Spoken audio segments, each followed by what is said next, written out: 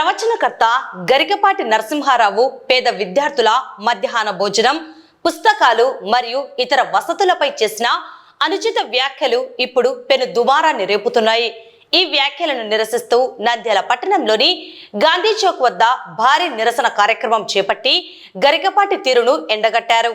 నీతి వాక్యాలు బోధిస్తున్నటువంటి ప్రవచనాలు బోధిస్తున్నా అని చెప్పి పద్మశ్రీ అవార్డు తీసుకున్నటువంటి ఈ అవార్డు గ్రహీత గరికపాటి నరసింహారావు గారు పేద విద్యార్థులకు పెట్టే మధ్యాహ్న భోజనము ఎందుకో పెట్టాలి అని చెప్పి ప్రశ్నిస్తూ ఆయన ఒక మాట మాట్లాడుతున్నాడు.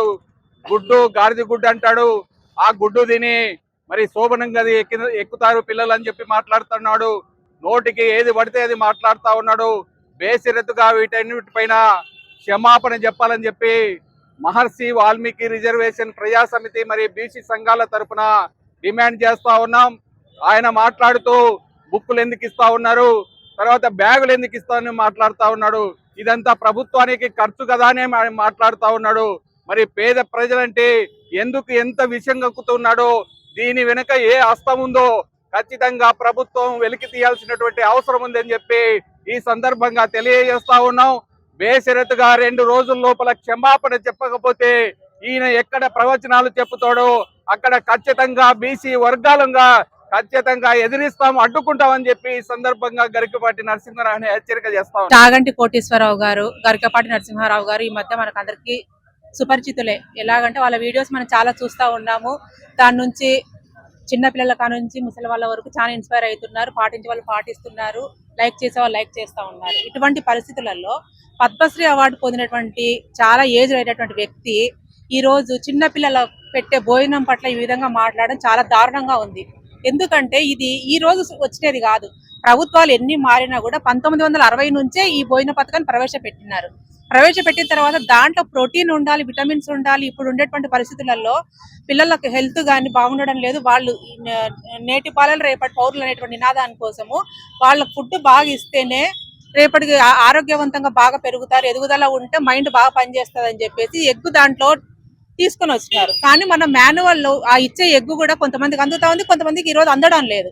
ఆ ఎగ్గునే బేసిక్ గా చేసుకుని ఎగ్గు తింటే వాళ్ళు ఏదో మూడు పాడైనట్టు, ఎగ్గు తింటే ప్రతి శోభనానికి రెడీ అయినట్టు ఆయన ఈ రోజు మాట్లాడుతున్నారు. అటువంటి మాటలు చాలా దురదృష్టకరం.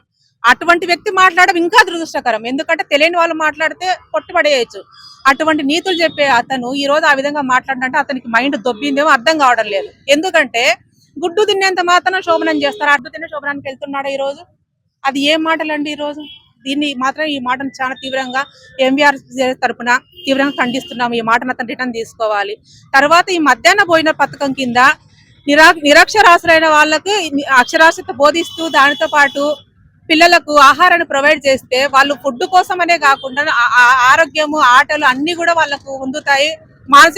మానసికంగా వాళ్ళు హెల్తీగా ఉంటారని ప్రవేశపెడితే దాన్ని కూడా తీసేయండి. 2 తెలుగు రాష్ట్ర ప్రభుత్వాలకు ఈయన ఉచిత సలహాలు ఇస్తున్నాడు. అంటే వాళ్ళకి తెలియదు అనమాట. ఈయన చెప్తే నేర్చుకోవాలా, ఈ రోజు కొత్తగా నేర్చుకోవాలా ప్రభుత్వాలు. అంటే ఇంకా దొంగతనాలు ఎక్కువ కావాలా. ఈ రోజు మన గ్యాస్ సిలిండర్ ఏమైంది పరిస్థితి? అక్కడ ఎక్కడో ఇరాన్ ఇరాక్ లో యుద్ధాలు వస్తే గ్యాస్ సిలిండర్ దొంగతనాలు చేస్తున్నారు. ఈయన చెప్పే ప్రవచనాలు ఈయన మన ప్రభుత్వాలు ఏం చేయాలి? తిండిని మానేయాల. మానేస్తే వాళ్ళు దొంగతనాలు, తిండి కోసం కూడా దొంగతనాలు చేయాలి పిల్లలు.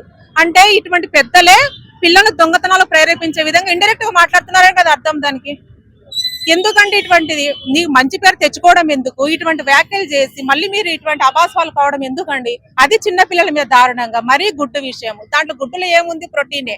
అందించే బియ్యం రేషన్ అయినా కానీ ఈరోజు మనం కొంతమంది తినగలుగుతారు, కొంతమంది తినలేరు. కానీ ఆ పేద తల్లిదండ్రులు పిల్లల్ని స్కూల్కి పంపిస్తే తిండితో పాటు చదువు కూడా అందుతుందని చెప్పి వాళ్ళు ఏదో పనులకు పోయి చదివించుకుంటా అంటారు. దాని మీద కూడా నువ్వు గండి కొట్టాలని నేను రాష్ట్ర ప్రభుత్వాలకు విన్నవిస్తున్నాను, తీసేయండి అని చెప్పడం మాత్రం చాలా దురదృష్టకరమైనటువంటి పరిస్థితి.